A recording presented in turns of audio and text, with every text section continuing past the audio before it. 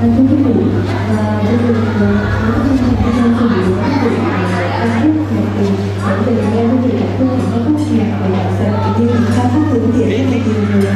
Nên là bây giờ xin mời quý vị sẽ cùng lắng nghe một ca khúc trữ tình của nhạc sĩ An Lâm, ca khúc được mang tên Thanh Thuần Ngờ Em. Xin mời tất cả quý vị cùng thưởng thức ạ.